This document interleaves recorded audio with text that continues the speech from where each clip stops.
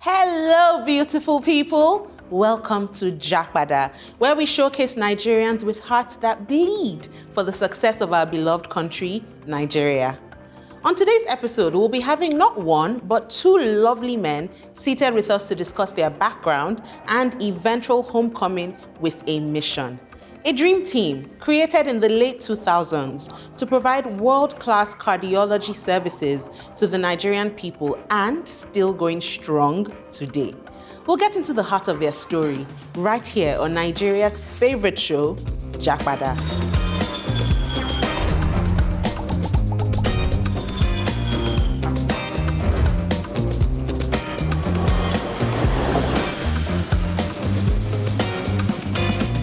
Welcome back to JAPADA. Now, where do I begin? Just one resume of any of these men is enough to raise even the most experienced eyebrows. But there's two. I won't waste any more time in welcoming Dr. Adeyemi Johnson, the CEO of First Cardiology Consultants, FCC, and Professor Kofo Ogunyankin, Chief Medical Director, FCC. It's such a pleasure, sirs. Welcome. Thank you. Thank you so much for accepting our invitation and for sharing your story with Nigeria and the world. I honestly can't wait to get into it. Before we get into your journey behind FCC that we've all come to know and respect today, can we get a little background into the very early years of your life? What was it like growing up? What did your family background look like, your educational background and all of that? I'll start with you, Dr. Johnson. I grew up in Lagos. Two brothers went to Corona School, Yaba. Okay. That was before the war. Some of you people don't know what the war is, the Civil War. Then when Yaba military compound, then they started bombing each other, so they moved us out of the military compound. They went to Harvard Macaulay, and then from there, went to King's College. From there, King's College, I wanted to do engineering. That was all I wanted to do. My dad said, no, do medicine. So I did medicine. Then I went to Unilag. And truth be told, while I was there, I wasn't really particularly interested in the medicine. So I just used to, what they call us in those days, layabouts. Just managed to scrape through exams. Just was not really interested, not at all. Then suddenly, during internship and housemanship and youth corps, I developed an interest, and then people didn't understand the transition between this guy who was always just managing to pass exams to somebody who was always in the hospital. So that's when I got interested in medicine. Then did youth corps. Towards the end of youth corps, went to Lagos, was at a party with some friends. Ade Alakija, who's late, Patrick Egbe, who's still in the US, and Dr. Jide Idris, who is now DG NCDC. We were at this party all rounding up our youth corps. Then one of our senior colleagues, Yele Aluko, who was visiting from the US, he was already doing cardiology in the US. Okay. He asked us, so what's your plan? None of us had a plan. We said, well, we'll finish youth corps, then we decide what to do. He said, why don't you come to the US? And he told us how to get to the US. And anyway, within a month, all of us were in the US. And we just called him one day, said, we're here. He said, where are you staying? We said, we don't know. You tell us. Anyway, we stayed at the YMCA, and then that's how things developed. Started medicine, and so on and so forth. So those are my early years. Wow. That was a very beautiful recounting of your early years, and I feel like we owe your father some gratitude for making you change course.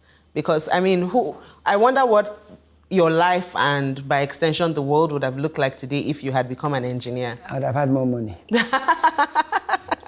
I'm sure you can say the same thing. You would have had more money. Yeah. So what about you, Professor Ogunyankin? What did your early years look like? I knew I was going to become a doctor when I was 6 years old, and I told everybody in my family so. And the reason was that I was a very sickly child. And all Christmases, Easters, and any major event, I was always in the hospital with doctors hovering over me with their stethoscope. And apparently I was a very inquisitive child who would ask them questions and hold conversations with them at St. Joseph's College. And then by the time I became a teenager, like my partner, I said, oh, you know what? I think I want to become a pilot. And the whole of my family said, no, we already started calling you doctor. So we can't switch gears now. We're not going to switch anyway. And I went to Federal School of Arts and Sciences for my A-levels and then the University of Lagos. Okay. And I went full blast into politics. I became the president of the Student Union, the ex-official member of the University of Lagos Student Union, the Secretary General of United Nations of African Medical Students, and the Vice President, Nigerian Medical Students Association. I graduated and I was selected for one of the 2 positions at the University of Ibadan for people who didn't graduate there. Okay.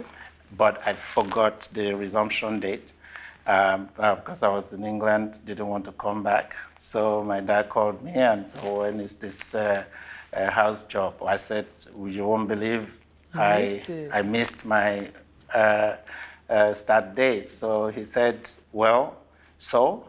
I said, well, come back. So I came back and he had to take me to his friends who were my professors at the University of Lagos, to my postgraduate in abroad.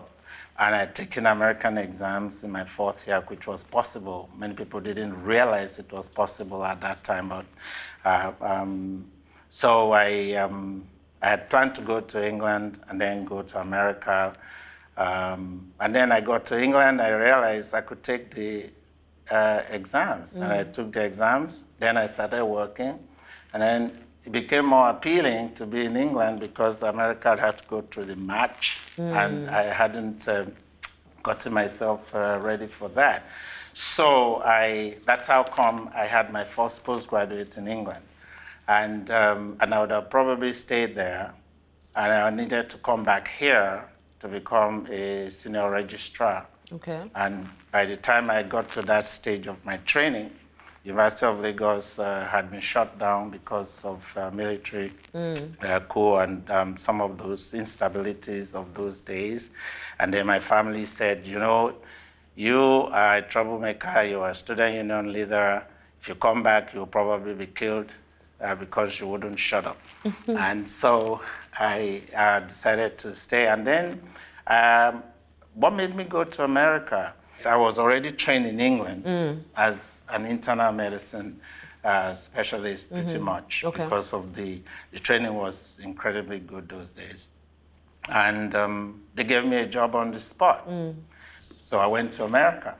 And that's really how I stayed in the university there all my life until I decided to come and do 1 year sabbatical in Nigeria, and here I am. And here you are. We'll get to that very shortly. That's the part of your stories that I'm really interested in. Were you both in the University of Lagos at the same time? He was 4 years ahead of me, yes. Ah, I see. Right. You had to make that quick correction. 5, not 4. I'm just curious, how did you both meet? No, we knew each other. Well, the parts that you cannot say on TV, but you know the senior boys oppress the junior boys.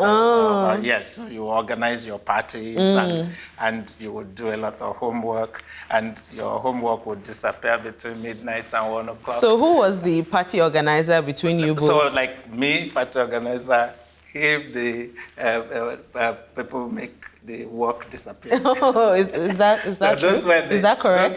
Those were the, I don't know what those were the early memories. I did not know him. Yeah, well, it was a shock. I was shocked when he said he was in Medilab with me. I said, I didn't see you, but we knew all the girls in his class. Okay. Yeah. So, we had no business dealing with first year boys. So we knew all the girls in his class. Okay. You knew who you needed to know. Yes, at the time. Exactly. Interesting. That's what he's accusing us of. I honestly like I like what I can see of your relationship. You seem to balance each other out really well from what I can see. And I'm looking forward to getting to know you both even better and just understanding your relationship and how you've worked so well together over the years. Let me come back to you, Dr. Johnson. So you moved to the United States. You got your training and your board certifications there. I mean, you both did.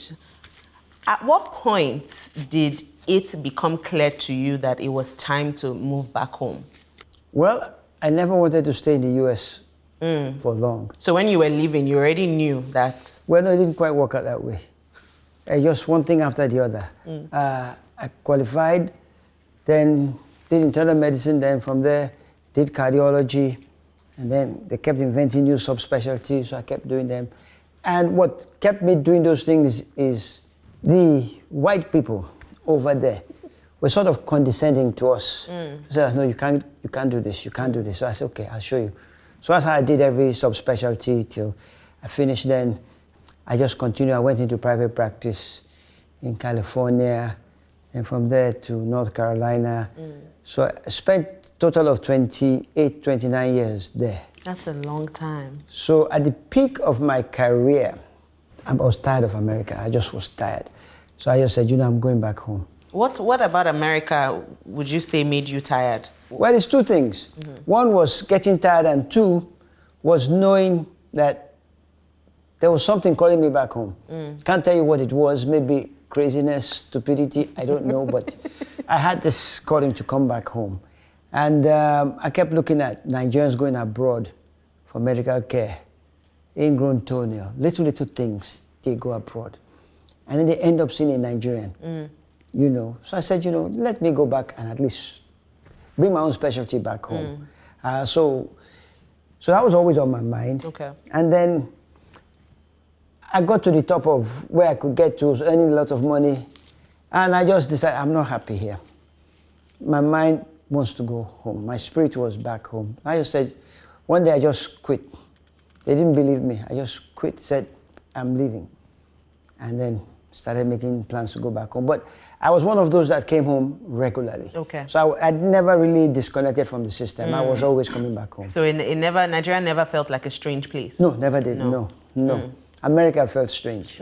What about you, Prof? When did you... Mine is very, very, very different. I did not really have a lot of attraction to come back. Okay. And I was really busy.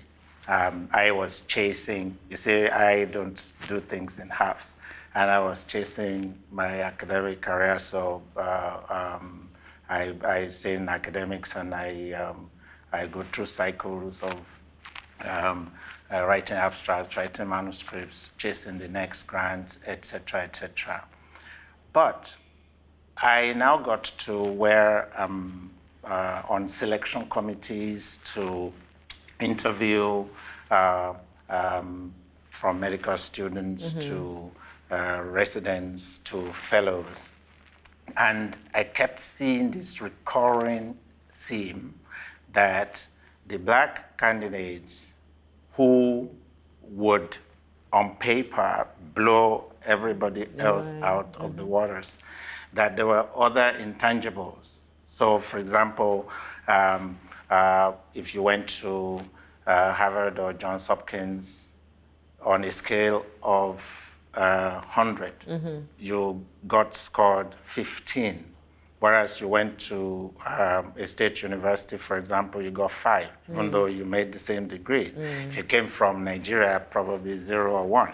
And so you score 100 percentile or 99 percentile. You got 9 out of a scale of 10. Whereas this person who is 80 percentile, and the gap between 99 percentile and 80 percentile is huge in terms of knowledge. You got 8. So the system sort of rigged. And then when it comes to the interview, the marks are awarded for comportment and things like that, which are not natural to the way people train if you didn't train in America, etc. And I usually, at the faculty meetings, that will always get bitter. And one day, one of my colleagues took me out and said, Kofo, that's what they used to call me, that, do you wonder why you are the only one sitting at that table? I said, I don't know. So he said, well, were you the only person like you that did cardiology fellowship and all of that? I said, no. He said, where are the others? They're in private practice, so you stay in academics. Well, that if you imagine that everybody has to protect their constituency, well, the people who could defend the constituency you're trying to represent are not seated here. So don't expect that other people are going to watch out for your interests. That if you want to make a difference, encourage other people to follow this pathway. So that was one thing that happened. The next one that really got me was that this one, it wasn't even a black person. This candidate was about 32 years old. It was for a fellowship position. And the others were about 27. No, he was 35. The others were median, were about 27. And he scored the best in everything. And my colleagues didn't give him, they voted against him. And so I was saying, but look, these are the people with maturity and the extra skills. They said, look at his age. I said, what's that got to do with it? They said, well, they said, if at 35 he starts training that would take another 5 years, it would be by 42, 43 by the time he's done. That if he retires at 55, that's not a good return on investment. And I said, but he paid through his school. And that's when I was made to realize that the system pays close to $800,000 for everybody that trains to get to those levels.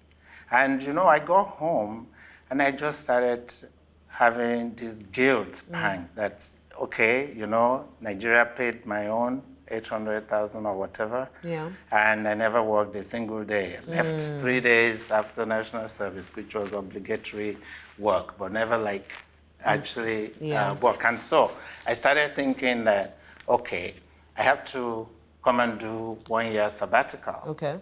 That's what I thought. And so eventually, it took about 5 years for me to get myself together. And then I remember I visited this summer, 2009. Yemi had just decided that he wanted to set First Cardiology up. He had come a year earlier working at Redefine. And we just started talking to say, look, I want to come and do sabbatical. And you know, I was an imager and doing it. He just told me that, oh, nobody cares about what you're doing there and nobody needs it. And I thought, how could you be saying this? He said, look, he said, people want the basic things here. And if you build it, one day you might get to where you can do what you're doing. Came 6 months later, I just told myself, it's all going to be for 1 year anyway. And I kept my faculty job at Northwestern in Chicago. And I could keep it for 2 years, which I did. As time went by, within a few months, I just noticed the difference, that this is really where I was meant to be, because people are so grateful for doing this. I'm doing the same thing I've done all my life. But the level of gratitude that you would see here, whereas over there, I mean, now it's easy for anybody, since Trump is president, to see what people like me were going through. They had bullseye on my back because my colleagues think I've come to eat their lunch. They don't work anywhere as hard as I had to do. And they don't celebrate us the way they would celebrate people who attain fractions of what we are doing. But you know, if you're black, you have to have tunnel vision. Yeah. No, don't look just like they say in Nigerian English, face front. Don't look at those, because if you do, you'll get so bitter, and then you will fulfill the prophecy that have been made for you.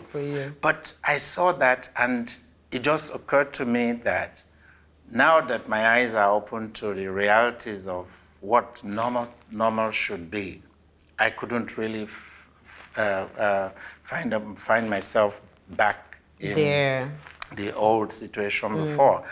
As I speak now, close to 75 medical doctors pass through us. In America, many of them have cloned us, meaning that they've had the same postgraduate training, cardiologists and advanced imaging, and then the ones that actually are in England before the JAPADA syndrome that really went for training, because they get recommendations from having worked with us. With you. And then the people who we could connect to the right hospitals that they needed to be anywhere in the world, and so on and so forth. It became something that so satisfying, and just realized that this is how to have a purposeful life. Oh, I love that, a purposeful life. Yes. And I like that you talked about impact. And I'm really going to get into that, you know,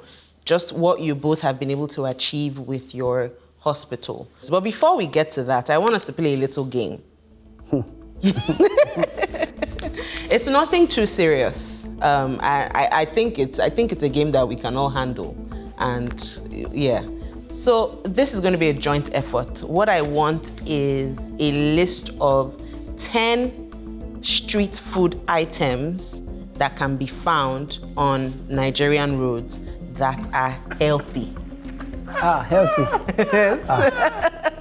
He knows I know the items. He knows. That's not a fair question. You won't believe why it is not a fair question. Please, why? I never eat on the road. And he eats on the road all the time. I'm going to look at him and say, what is wrong with you? So that question is not fair at all. But luckily, it's a joint effort, so he can carry the team, right? Can we get 10 in less than 1 minute? But healthy is the problem. Healthy is the problem. So there's no Nigerian, there's no... Street food. Akara is fried. Puff puff. Oil. Agege bread. Bromate and... Okay, ekpa. Okay. Ekpa is fairly healthy, Abi. Akara is healthy if you don't take too much. Okay. I think. Puff puff, there's nothing we can't pass. Boiled corn. Boiled corn. Boli. Healthy. Guguru and ekpa. Healthy. Okay. Okay, on the road, Mama put rice and stew, all fried. So does that count? If eaten in moderation, maybe? In moderation. In moderation, not every day. And not every day. Every day, not every day. Ghana high. Ghana, oh, I love Ghana high. Kofo doesn't eat all the season. He was done at boiled corn. Suya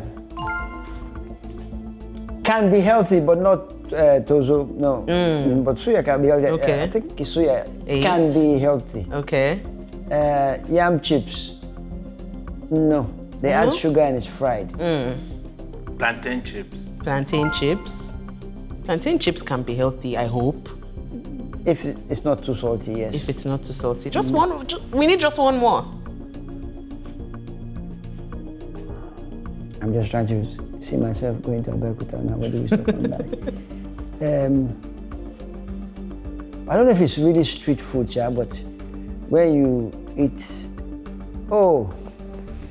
I don't know if people ate this in your time, but bread, freshly baked bread, and akara in the middle. And then you close it up. It's to die for. It's to die for. It's to die for. Yes. Wow, that was a perfect score. Professor was correct in saying that you would be the king of this segment. Yeah, you would think that since I'm original Oyibo and he's That was really good. A perfect score. And it was a joint effort. I know that Dr. Johnson carried it like you said he would, but that was really good. 10 over 10. Only thing is it wasn't done in less than a minute, but it's okay. I'll allow it. I absolutely will allow it. I am having a great time with Dr. Johnson and Professor Ogunyankin right here on JAPADA. When we return from this short break, we get fully into their journey behind founding First Cardiology Consultants. So don't go anywhere.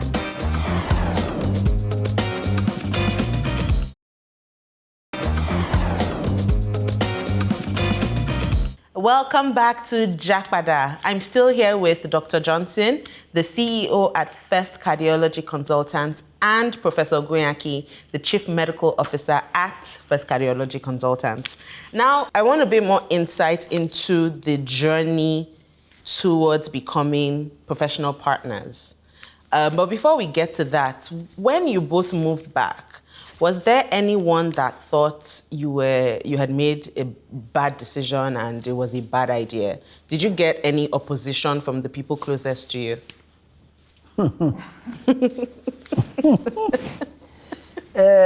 Yes, many, including my partners in the US. They couldn't believe. They said, "Are you going to give all of this up?" I said, "In a minute." And that's when I realized money and happiness are not the same. I was making good money. I was very comfortable financially, but I was not a happy camper. I just wanted to go home. And I knew I was going to take a major pay cut coming home. I knew that. So yes, many people did. One or two said, "Well, since you've decided to do this crazy stuff, we will support you." But quite a few here helped. Helped me the most when I got back was Ameyo, who died during Ebola. We were very close. She gave me a lot of support. So I always remember her. But then, like Kofo said, we had people who were happy we came back. They didn't really know what we were going to do, but they said, "Let's help you," like business plan and all these things. So we had people help us with business plan, pro bono. So a few said, "Okay, yeah, stupid enough to come," but everybody supported as soon as we came. Some just didn't support, didn't like the idea, but that's a complicated story, but yes. How about you, Professor? Oh, well, all my friends were, because I never declared that I was coming back. And to be honest, that's probably the only way I came back, because I never planned to come back. I didn't expect him to stay. You didn't expect him to stay. Even to, so because the rat race of academics was that this was going to be a hiatus, because I spent 1 year, and during that year, there isn't any project that I would continue to do that would sort of extend what I was doing. So many people who knew me said, "But why would you, at the peak of your productivity, why would you want to take this type of break?" And many of my friends really thought maybe I was hitting midlife crisis and all that. But when I now decided that I wasn't going back, that's when I got delegations sent to me. I did a program like this, I was saying, at my church in Chicago in 2017, where they actually called an inquisition, and I had to come and give a presentation to the church. It was meant to be lighthearted, but they said they wanted to hear my story, because I'd left my wife and children, and people were beginning to wonder that, who is this man who we thought was responsible before and who has just abandoned his family? But I had to just describe the journey, the things that we were doing, the fulfillment. So looking back, when you consider the timing of your move back to Nigeria, do you think it happened at the best possible time for both of you? Or if you could turn back the hands of time, would you have done anything differently? Would you have moved back at a different time? Well, for me, thinking about it now, I think, well, it wasn't a totally unplanned coming back home. I had school fees. I had 3 kids in university, and school fees like what, 75K. So I had to make sure I paid all of that first. So I came back when the last one, when I figured I could handle the school fees without getting the salary I was getting. So that's when I came back. So for me, in the long run, that's probably the best time. A close auntie of mine told me, Yemi, come before you are 50. After 50, you will not have the energy to run around. You're going to do a lot of running around. I came at 51. I think, for me, I think it was, I had tried to come earlier. I had actually tried. I'd met the president, everything. The president told me, that was military government, that we don't have heart disease in Nigeria, so you're wasting your time. So I gave up, I went back. Then this time I came again, yes. I think for me it was the right time. It was the right time. Yes. How about you, Professor? Oh, certainly the right time, but not in the context. Like I said, I didn't plan to come back, but I think it's the best thing that has happened to my life because it has allowed me to really see things in a different perspective. So having tunnel vision has its advantages, but it really makes you handicapped in not seeing the big picture. So you could just be locked in your island in pursuit of your and goal. all of that. And not only does that alienate you to a lot of loved ones and prove costly, it's a problem. So I think maybe coming back saved my life in some ways and definitely made me realize, made me have a relationship with my children. I was an incredibly busy person. I would leave home before they wake up, and by the time I come back, they'll be sleeping. I take them. I mean, just like I traveled with them, but it wasn't the type of relationship that is required now. Before I came to Nigeria, I never attended any parent-teachers conference because are they in trouble? They're not in trouble. What am I doing there? But I came, and because I started missing them, just in the age where they got into their teen years, I was there because I would just arrange. I went back about 6 times a year. To attend everything, which I never did when I was physically there. So I think this is the right time. And then if you see what's happening to my colleagues now, there are people whose work for the past 10, 15 years just stopped overnight with the cutting of the funding for research and things like that. And many of those people just realized that everything they worked for is gone. And so for me, I see fortuitously that I just really landed here, and I really believe God made me just come at the right time. How old were you when you came back, when you stayed back? 47 Okay. 47. Okay. On that note, I think that has beautifully led us into our next segment. So there's something we like to do here called the JAPADA checklist. And this is for anyone that is currently abroad and is flirting with the idea of returning home. If you were to create a checklist including advice, things that you want them to consider, things you want them to bring back, or things you want them to leave behind, what would be on your JAPADA checklist? So let's be realistic. Nigeria is a very expensive place to live. So, but it is possible to, just in any society, to choose a level or a trim of your life that is affordable. But you must plan for that such that you would not need to live from hand to mouth for a minimum of 2 years. Okay. Because then that at least gives you, I mean, if things don't really work 2 years away from what you're doing wouldn't have completely derailed you there.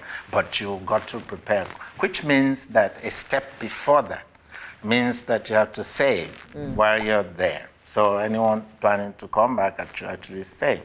I think one's got to surround yourself with positive people. Okay. Because I think it's a mistake sometimes to come back and find out that there are people who see you as a cash cow just because they think you are. But there are also people who just see that you are naive about what's going on, and people take advantage of you.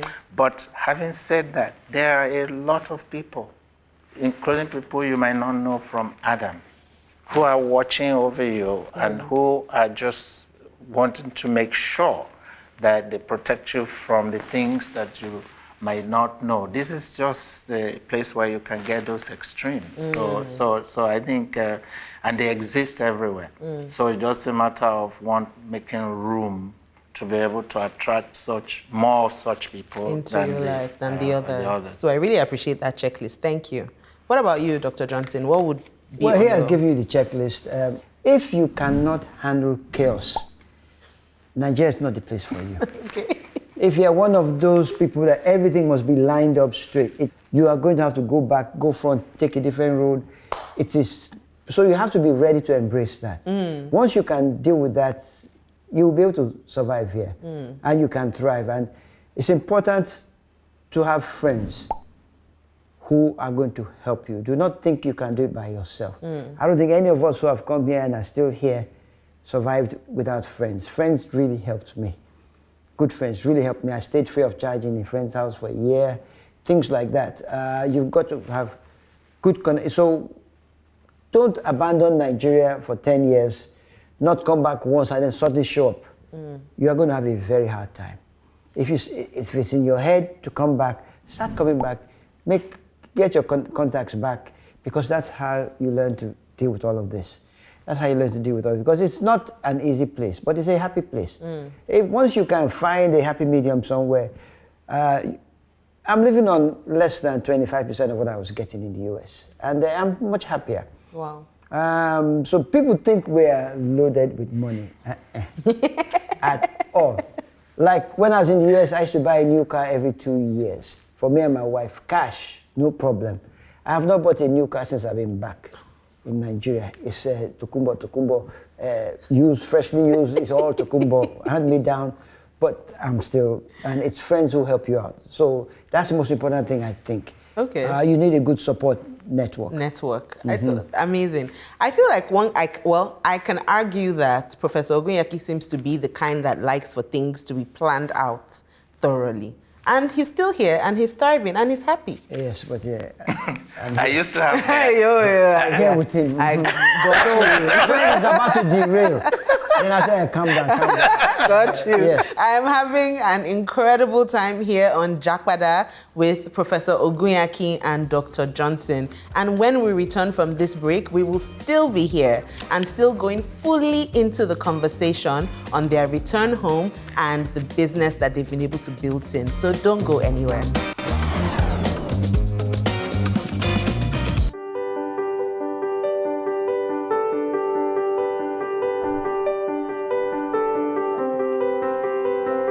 Welcome to First Cardiology Consultant Healthcare. My name is Dr. Monisola Danijo. I'm a cardiologist and I work with First Cardiology Consultants Healthcare in Ikoyi, Lagos, Nigeria. We are cardiology and critical care focused, and we pride ourselves in professionalism and excellence. So everything we do, we want to do well.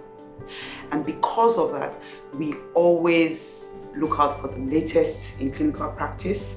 So this sets us apart because we keep ourselves abreast of the latest things in the international cardiology scene. So we know about the latest guidelines, we know the latest machines, the latest forms of diagnosis and treatment. We're the lab that sets the standard in this region for echocardiography. That's why we were the only center for the whole of Africa that participated in the World Alliance study.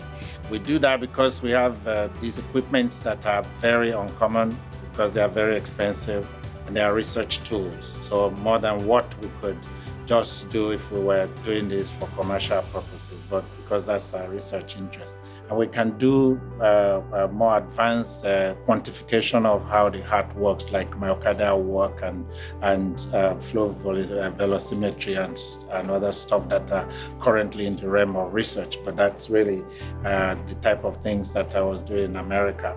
So these are like our toys, which we could only get because these are things that keep us relevant. We have patients from all over the country, even outside Nigeria, coming here for care. Now, things that before now or in the past, many people have had to travel for, heart surgeries, device implantations, and all that, we actually can do them here. And we do them here quite often with excellent results. We do stress tests for imaging, and apart from this being able to tell us if blood flow to the heart is abnormal, people who have problems with their heart valves, we can test them to see whether the valves are bad enough to require surgery, because we're the biggest cardiac surgery center in Nigeria. Professor Kofo and Dr. Johnson are extremely knowledgeable, and they are very professional. Now, since I started working here, I've learned so much from them. Now they have a wealth of experience as well. So it's not just book knowledge, it's also experience. Now between them, they have decades of experience in cardiology and internal medicine in general. So working with them has been really enlightening. I've learned so much. Since I started working here, my medicine has changed, even though I have 26 years history of medicine. But since I started working with them, my medicine has changed because they bring a certain flavor, to the practice of cardiology. Now, they're two different individuals. They have different approaches to everything they do, but they have one thing in common, and that's excellence and brilliance. And that's what's most important. They usually get results.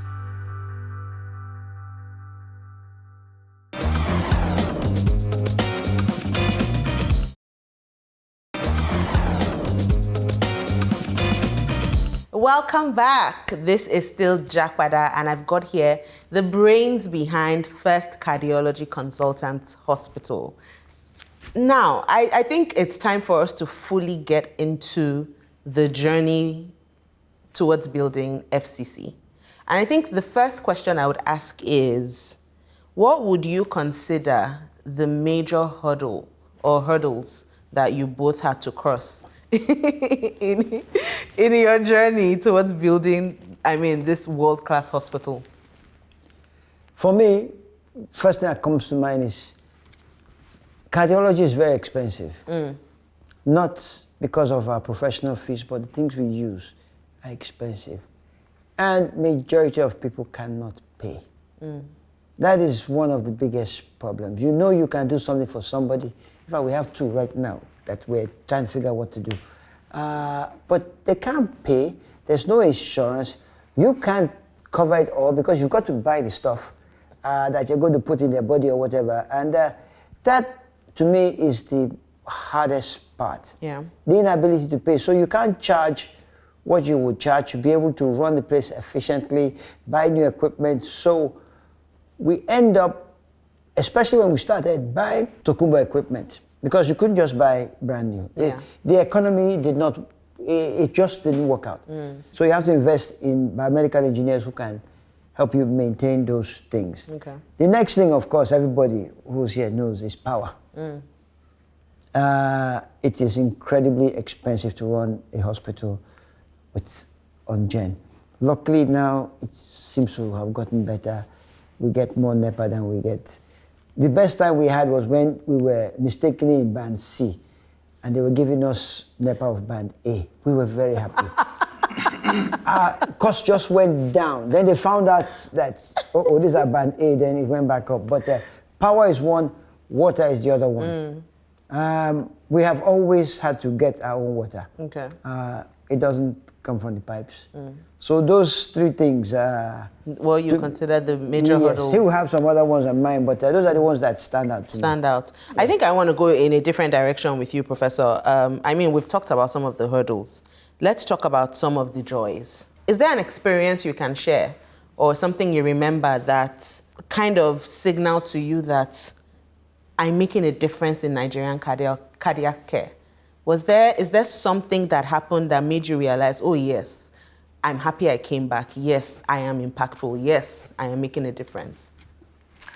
Well, multiple things, but I wouldn't even narrow it to say cardiology, just to say that happy to be back to be a practicing doctor in Nigeria. One of the earliest was this patient we treated. It was related, it's not even related to somebody who was our patient. I think maybe the driver of someone who is one of our clients. Okay.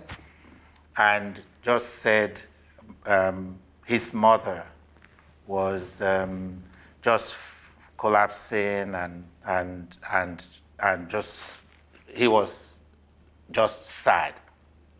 And his boss asked what was the problem.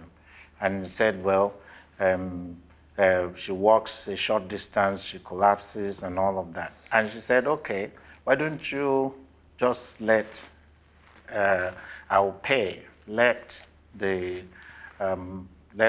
come and see my doctors. And then we found out this person had a hole in the heart. And the technology exists that could allow you, without cutting people up, to close the hole. But you have to buy the gadget because it's an umbrella device. And this particular one was really so big that the one that the boss paid for, we put it through and it fell through, it wasn't. So we had this collaboration with Dr. Yele Aluko, who is a mentor that he mentioned. And we had to order one that it's usually designed for a swine, big bulls in America. And it was paid for by someone who didn't know this person from Adam, actually, but I can't mention the name, but paid for it anyway. So, but that's not the story. We did this, but obviously she was cured of her problem and instantaneously could walk 3 flights of stairs now from where we did the procedure, just like that. So now, this story that made me realize I'm in a different place. If that had happened in America, maybe they would say, oh, thank you, and maybe some people will mention it. So I was running my clinic late, and I got this person come, and if you know me, you'll say I'm embarrassed by force. Person went all flat on the floor, prostrated to roll on the floor to thank me. And I say, for what? For saving my mother's life. And you know, like, this is a big clinic where other people are looking. I don't want people to think that I'm a miracle healer or anything like that. And so I said, get up. And I said, okay. Then, about 3 hours later, we hadn't, those days we did very long hours because, I mean, he lived in the hospital on the hospital premises. I saw this person again. I said, come on, you already thanked me profusely. No, he said, I didn't come for you. He said, when I got back to, I got back home, my boss asked me, did you thank the doctors? Did you thank the doctors? And I said, I did. He said, which one? He said, he thanked me. What about Dr. Johnson? You didn't thank Dr. Johnson. Sent and he came back. to come and prostrate for Dr. John. And then that whatever we did was really not a big deal compared to the things that we did every day in America. Never would you get any such that level of gratitude. And it was just that profound sense of real gratitude for things that made me realize that this is a special place to be. And there are many more things, like I'm an imager, so there are some exams that people have to go to school for 2 years before they're allowed to sit those exams. And well, unbeknownst to these people, I was part of the people who created an international exam before I came back to Nigeria. So my technicians, first batch of them, they said, oh, we want to take this exam, but we're not allowed to. I said, don't worry. So I wrote that they are eligible to take it. And they took the exams and passed. And then people started to say, which school was that? And they just tell everybody that, well, we didn't go to school, we just worked at First Cardiology. And that really was, and of course, several generations of them have done that. And imagine I train people, and Royal Brompton London would take them off of me. There is an organization called Association of Nigerian Physicians in America. Okay. So when they have their meetings in America, a whole bunch of them got together. They say they're alumni of First Cardiology, and they basically booga for everybody. And they just gather them. And so that for us is very something fulfilling, that's very gratifying. Oh, I love that. I absolutely love that. Let's talk about the manpower issues. It's no secret that there is a mass exodus of medical professionals out of Nigeria. It's unfortunate, but it's the situation. If you were to talk to some of these individuals that have moved, and if you were to encourage them to come back home, what would you say? You can't train and get all you need in Nigeria right now. It's going to be difficult. Okay. There's a lot of equipment and things we don't have. In cardiology, yes, maybe. We do almost everything now. But no, I don't try and discourage anybody. I encourage them. Go. Then I tell those who, when you go, those of you who are thinking of coming back, understand you're not going to make the same money. So just understand that. If you don't, you come back and be sad. So that's why most people coming back in our profession, their school fees have been taken care of. Then they now don't need as much money to survive. So I don't discourage anybody from going on. I encourage them. Because the climate here for training is not yet where it should be. So you get suboptimal training staying here. I hate to say that, but it is. It is what it is. It is, yes. So what can be done differently, in your opinion? Because it sounds a little bit like a bleak situation. It's not that bleak. Things are already changing. Okay. Things are already changing. We were lucky to have this dynamic duo in the Ministry of Health, the two Minister and Minister of State. Okay. They've since moved the Minister of State to Education, but it's still having an impact in education in the medical thing. It's going to take time. The two of them really seem to have an agenda to improve medical education. So it's going to take time. It's not just going to happen overnight. Yeah. It's not. Even if Bill Gates came and dropped several $1 billion, it's not going to change overnight. But things, since I've come here, what I saw when I came and what I see now, it is a very big difference. Medicine has improved leaps and bounds from 10, 15 years ago. Okay. It has. Okay.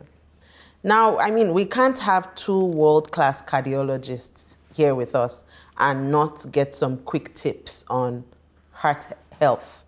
So if you were to advise the average Nigerian, what are some things that they can do to, better your heart? Well, that's not difficult.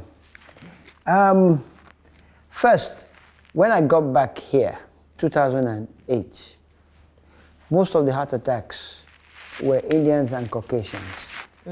It has completely reversed now. It is Nigerians. And it is young Nigerians.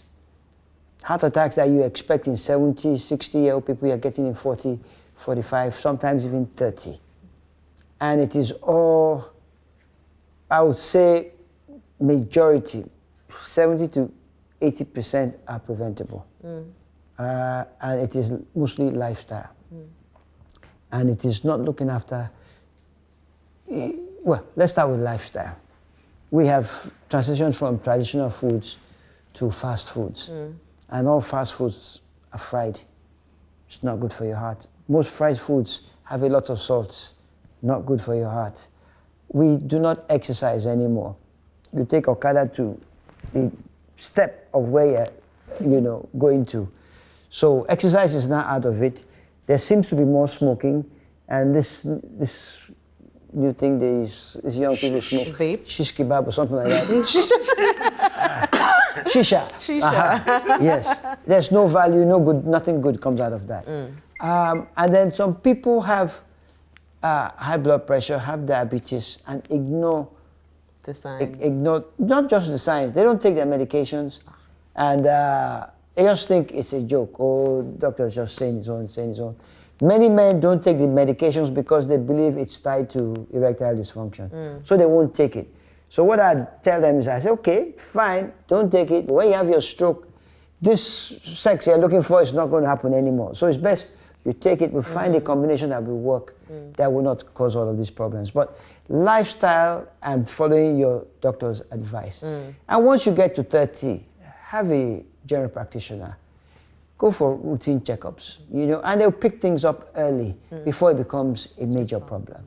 So that is, in a nutshell, what I would say. He would have more details than me, but no, pretty much the same. But what we say, each person has to be accountable. So we usually say you should know your numbers. Okay. So you would know what your blood pressure number is, because most people know that blood pressure is not good, diabetes is not good, high cholesterol is not good. It is not difficult for people to know that. But ask them, what are your numbers? And you will now find out people say, well, I haven't checked. But these are not things, so people think that they can tell when their blood pressure is high because they have a headache.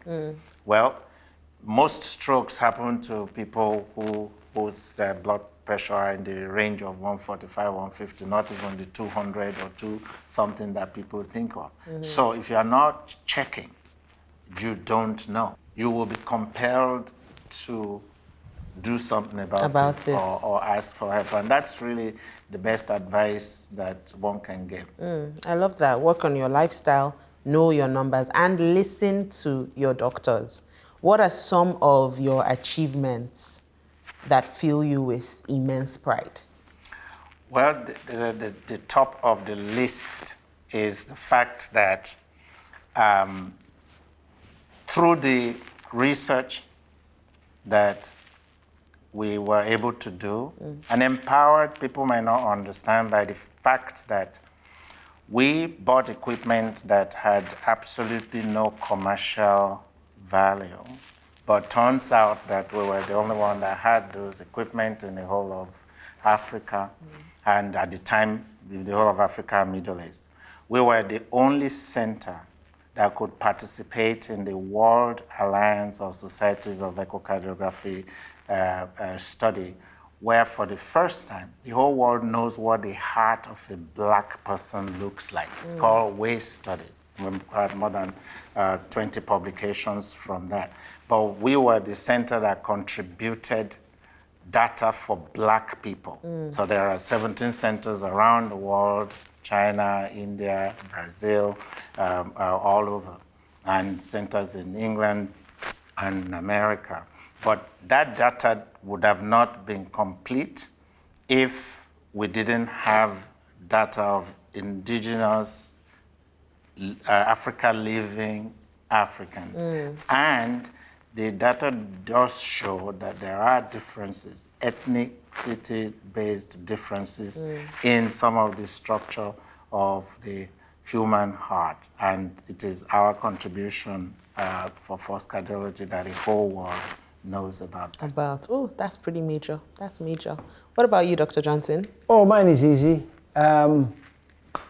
Lately, people have started coming from abroad to have their cardiac procedures done. No way. Yes. It's not just in cardiology, orthopedics, some other things. They're finding out that the expertise is here, it is less expensive, and it is in a more friendly environment. So yes, we're doing, I know we do the most open heart surgery in the country right now. In fact, in West Africa, I'm pretty sure about that.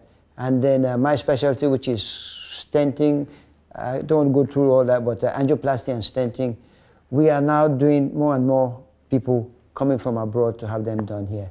So to me, that means we have actually achieved some level of recognition. So that makes me happy. Whoa, I mean, when I said bragging rights, I didn't realize how major it was going to be. That's pretty incredible. That is pretty incredible. Well done, sirs. If you were to describe your perfect Nigeria, so best case scenario, how would you describe your Nigerian dream? Well, Nigeria, I believe, would regain our position as the leaders of Africa and would be showing the whole world what over 200 million highly intelligent human beings can achieve on this planet. Dr. Johnson? Well, same dream, but I will put it in a different way. I'll be a very happy man the day Nigerian visa becomes as clamored for as the American and British visa. When Americans have to line up in the snow to get Nigerian visa, then I know we have arrived. I am waiting for that day to happen because I really resent how all these countries put us through all these hoops, and I don't like it. It makes me, I'll be very proud when we reverse that situation. We're getting there. We're getting there. And then the other dream I have, which is a bit different, is I'll be a very happy person when we start artificial hearts and heart transplants in Nigeria. That is the main focus I have. I don't know if it's a dream, but that's where we're headed. Then I know we have tried.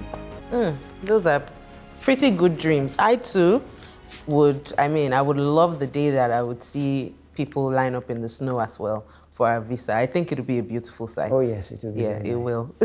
Thank you so much, Dr. Johnson and Professor Ogunyankin. Again, this has been a beautiful conversation.